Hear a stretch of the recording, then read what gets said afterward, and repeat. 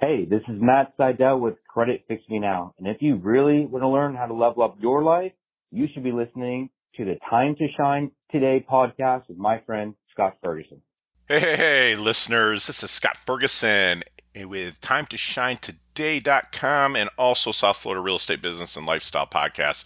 We're going to do a cross promotion here with my friend, Matt Seidle from Credit Fix Me Now. And the reason why I'm putting on both of my platforms is one, the South Florida Real Estate Business and Lifestyle is really geared to my real estate clients, and it helps them with increasing their clients' credit score and whatnot. And also for the people around the United States with my Time to Shine, around the world with my Time to Shine Today podcast, I would like them to get educated on the credit restoration process. So in case you're in a situation where, or you know somebody that's in a situation that needs to level up their credit, then let's give Matt Seidle a listen. So break out your notepad, sit back, turn any distractions off, because Matt's going to drop some serious knowledge nuggets on us and how we can level up our life through credit restoration.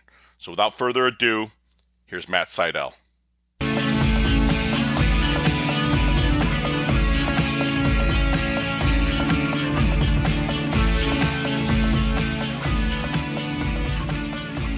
Hey, my listeners, my audience, thank you so much for tuning in today. We're doing things a little bit different today. We have a gentleman who's not only a fantastic person out here in the marketplace and a businessman that cares, but he's also a friend of mine, also a fellow gym rat. He's a fantastic, fantastic man.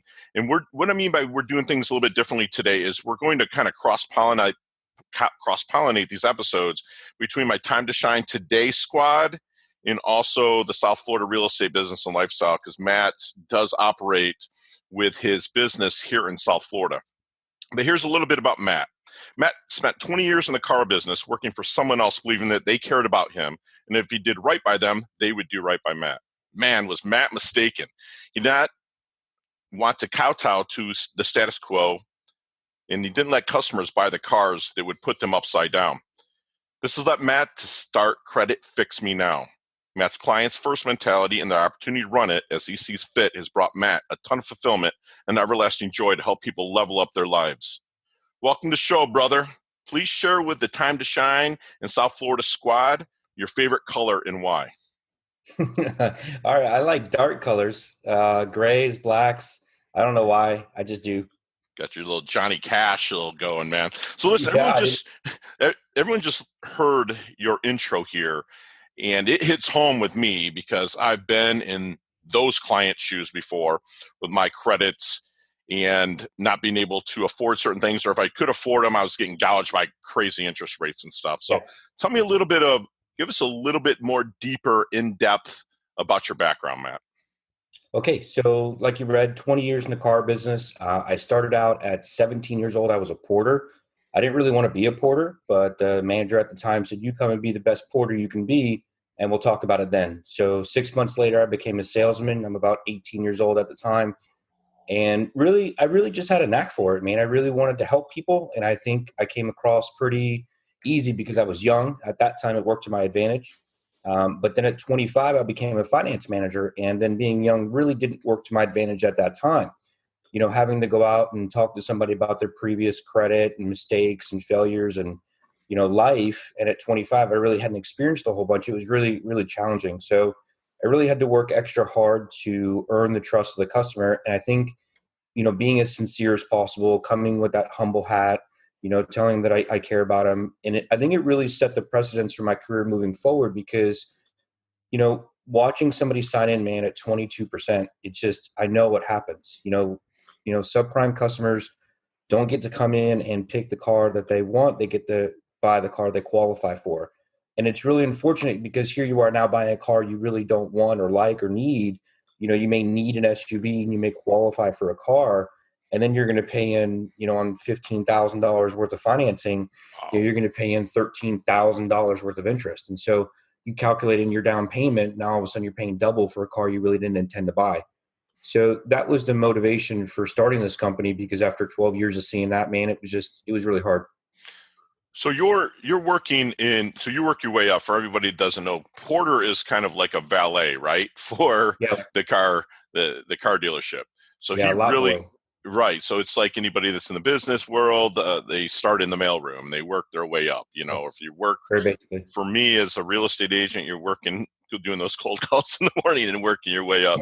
So Matt, let me ask you something. I think I already know this, and I believe the listeners already know this, but what was that aha moment, that one moment? Because everybody has that one moment. What was that aha moment that said, I'm going to start help people restore their credit?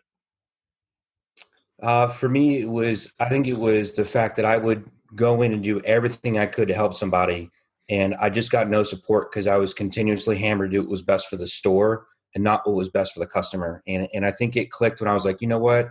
This just doesn't feed my soul anymore. And I just no longer wanted to do it. Was there a certain customer that you looked into his or her eyes and said, man, this is it. I can't do this anymore? Or was it Dude, just a not just mixture of one. all of them? Numerous customers. They look at each other, bro, before they signed in at 22%. And they were like, well, I guess we got to do it. And just like watching somebody, sign under duress, it was just one of the worst things in the world. Just because they needed that car, right? Yeah, well, we're South Florida, right? It's not like you can take a subway. It's not like you can take a bus. It doesn't work that way here. Yeah, I have some car salesman friends, and they'll joke around and say a rough ride's better than a bumpy walk anytime. Or, was it two rubber heels is better, or four rubber wheels is better than two rubber heels? It's like Yeah, crazy. So yeah, they kind of push them in almost like cattle, right? yeah. And it's unfortunate because here you are, somebody who's got a $200 or $300 budget, right? You hit it, $8,000-$10,000 at 22%. There's your budget, right? And Right. then that car's got 60, 70, 80,000 miles on it. So now you talk about maintenance, you talk about insurance, you talk about gas, and now all of a sudden, 3 years down the road, they still owe nearly what they borrowed because all the interest is paid up front.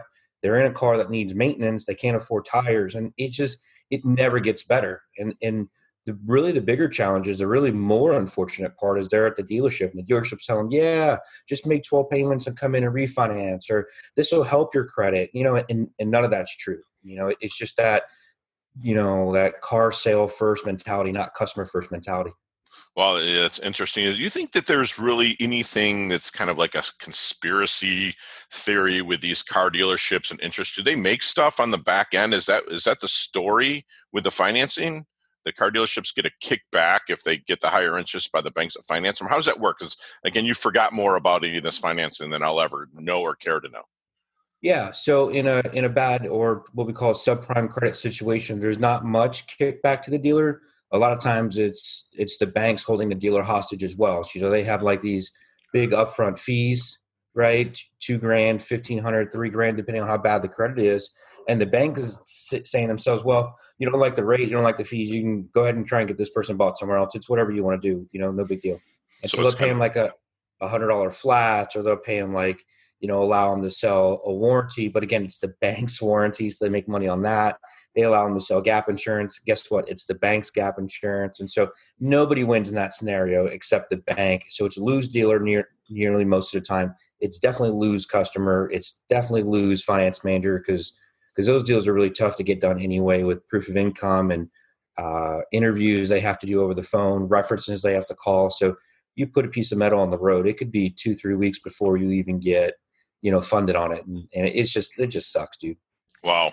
Okay. So you walked away from a pretty lucrative business, Yeah. as a sales or finance manager.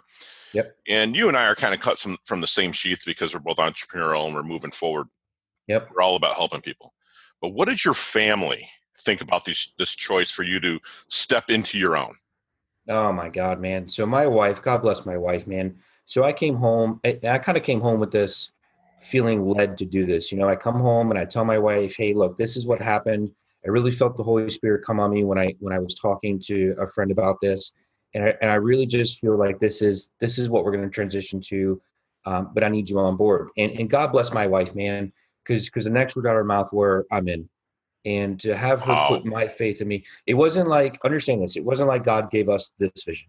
God gave me this vision, not us. Sure. And so it required a lot of faith. And honestly, bro, she's been so supportive, and she's had her moments of failure where she's like, hey, I want you to go back to work.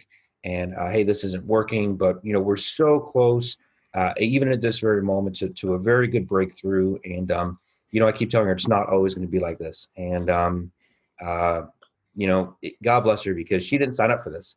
When we met, I was making very nice six figures. We lived in a very nice home in a country club. We were driving very nice cars. And in order to launch this business, we gave it all up, everything. Wow. Talk And about a leap, man. Hey, huge, huge.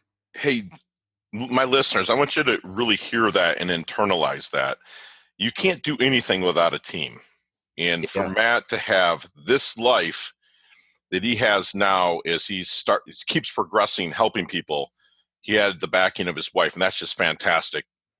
Matt, you kind of touched on it a little bit, where you almost maybe certain times threw it all away, but give our listeners a glimpse of maybe your worst moment of growing Credit Fix Me Now. Oh man. Okay. So this is a pretty interesting story, and it nearly happened right away. And it was one of those moments where, okay, so I was going to launch this business, and I had a company that I was going to launch with that had 20,000 active people in their database. And we were going to launch with this company. Yeah. Right. And I was like, this is going to be great. And we're going to be successful right away. And man, this is awesome. And so we set up all the infrastructure, right? I got an in-house processor, bro. I got an office. I signed a lease. I bought computers. I hired an assistant, because I'm like, look, if 20,000 of these people have access to real credit repair, right? So I can really help them. Even if 10%, if we had a 90% fail rate, I'm still going to sign up 2,000 people, right? I can't process 2,000 people. I can't do 2,000 interviews. I just can't do it. So we spent a lot of money to open it up. And when I went to that person and I said, all right, hey, look, everything's done. We're all set up. We're ready to go. They were like, nah, no, I'm good. Nah, Wow. I don't want to do that. And so here I am now trying to build a business from zero with an overhead I couldn't afford. And I actually had to go back to work. Okay. So how everybody out there's listening. So you just said go back to work, but how did you? Obviously, you're very faith-based, which I love that about you. Yeah. You back that faith with a persistence that obviously now that we're hearing, because you're still doing it, doesn't recognize failure. Yep. Other than prayer and what you had turned to, how did you make it through that moment? Man, I'll be honest, I felt so defeated in that moment, and I just remember that God's never going to bring you to something and then leave you there, right? He's always going to lead you to it and then lead you through it. And honestly, it was a great thing, that because now the way that the company is positioned, I outsource the processing, so I don't need an in-house processor. I run everything from my iPad. I don't even need a computer, right? I do everything manually, and a lot of automations are set in place, so I don't always talk to my customers every month. I didn't need an assistant. So I know sometimes people are like, oh, well, you failed. Well, okay. I see it as learning a lesson, because I really look at what was removed. It was really removed for the better. I don't need it. I didn't need it. And even the best part about it, honestly, was going back to work. The particular dealership that I went back to, I got more customers out of my, office for my credit repair company than I did customers for the dealership. And then the best part about that is I actually got fired from that dealership for lowering a customer's payment, because he openly confessed that he couldn't afford it. And then I haven't been back. So it was one of those moments where I went to my wife and I said, this is going to continue to happen to us. I'm really tired of going back to stores. I was working every Sunday, bro. I was working till 11 o'clock at night, all the things that I'm trying to get away from. And here we are back in the mix of it to make bills. And that was fine. It was okay. But my heart wasn't in it. And then to come home and tell her, I got a favor done from a bank to lower this guy's payment because he couldn't afford it. We were going to save him $175 a month, bro. And, and the dealership said, we don't do that here. And they rolled the payment to profit. And see, I never changed the sales price. All I did was get an exception for the rate. So Understood. I got a significantly better rate. The deal was accepted by the manager, so the sales price never changed. They took that $175 times 36 months, man, and they rolled it to the top line to make more money. And I said to them, GM, and I said, look, this isn't, what we talked about. We talked about helping this guy out. He's like, we don't do that here. And they fired me. Wow. Crazy, right? That's incredible. But you know what, like you say, things happen, and you're being led in the right direction. For sure. And it sounds like you really grew your business and correct me if I'm wrong, but kind of a addition by subtraction. You took a lot of the stuff out that was clogging up your business, and you said you kind of dumbed it down a little bit, where you're running a lot on your iPad and Yeah. whatnot. So what technology are you using? Because the reason why I'm saying this is because I digress. You are in the credit restoration business, and I'm the first to know that I am very hesitant about sending people to credit restoration businesses. So Yeah, what for sure. makes you stand out above the other ones? Okay, well, I think first and foremost, we actually do the work. I think I think why everybody is so hesitant to refer out to a credit restoration company is because it's a black eye business, and I think that's the truth, right? So there's software companies out there that make you believe that this is so easy, not everybody can do it, right? So there's a particular software company that claims to be a complete business in a box, but you still have to read the credit reports. You still have to know what you're looking at. You still have to do the sales. You still have to understand what the customer service looks like. You still have to be able to interpret the different accounts and then know which letter to send. So yeah, they'll give you the CRM. Yeah, they'll give you a letter library to choose from, but you still have to know what you're doing. And I think the biggest challenge is for even for you is you don't know who's knocking on your door. Now, you and I have gone through my business extensively. I've peeled back the curtain for you to see. We do the work, we get the results. I've got pre-approval proof. I'm 5-star rated on Google. We upload all our results. But let's just say that you're in the market for a credit restoration guy, and you just are in a bind, and you take the first one that knocks on your door. You don't know if it's me, or you don't know if it's one of these other people that have been sucked into the marketing from this, software company that leads them to believe that they can do it. And the truth is that they can't. So I think what sets me apart is that not only do I do the work, we get the results, but we put the time in. I have 12 years experience. I have a whole entire processing department. I have a room of 13 people that just sit around and write letters all day. And I think Wow, once that's conveyed, I think that stigma really goes away. that's fantastic. So there's a lot of hands-on and personal touch that goes on within Credit Fix Me Now, correct? Yeah, well, yeah, that and you know what, the YouTube channel, man, the YouTube channel, we kill it because it's the same credit education that I give on the initial welcome call. I email that link, no lie, I email that link to somebody twice a month until they watch it. They're going to get so tired of me pushing this YouTube channel that they're either going to comply or they're not. And I absolutely love the fact that we have two different types of clients. We have driven clients who say, all right, I'm in this space now. I want to be in a different space, and nothing is going to stop me from getting there. And then we have motivated clients. It's like getting a gym membership, right? It's like, okay, I got the membership and I'm going to go, but then I don't go. Well, I Right. was motivated enough to enroll in credit repair, but now what? And so we just keep hammering home, and eventually they catch on. And we've seen a lot more success lately than failure with the introduction of the YouTube channel. So your persistence to help people is what's standing out to me, and I'm sure that's standing out to our listeners right now, Matt. That's awesome. Got a few questions for you that's a little bit, off the cuff here. But I mean, you're still relatively a young man, but what would Thanks. Matt Seidle tell the 18 to 20-year-old Matt Seidle about life? Oh man, I think if I were to write a letter to my former self, I don't know that I would change anything. The scars of my past, the failures, it all made me into the man that I am today. Beautiful. But I think that if I were going to tell my younger self something, I think that I struggled a lot with inadequacy when I was younger. I got abandoned when I was 13 by my mom, and then raised by my brother, who was significantly older and really trying to live his own life. And so I got kind of left out in the cold. And so I think if I were going to tell my 18 to 20-year-old self something, I would just tell him that I love him, and that he is loved. That's And, awesome, Matt. That's powerful, yeah, man. That's thanks, powerful. man. Okay, let's take your cell phone out of it. Okay. What are 3 things that you could not live without? Bang energy drinks, my kids, and the gym.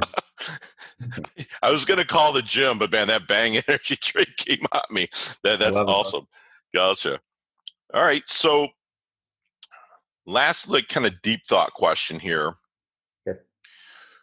What does Matt Seidel know for sure?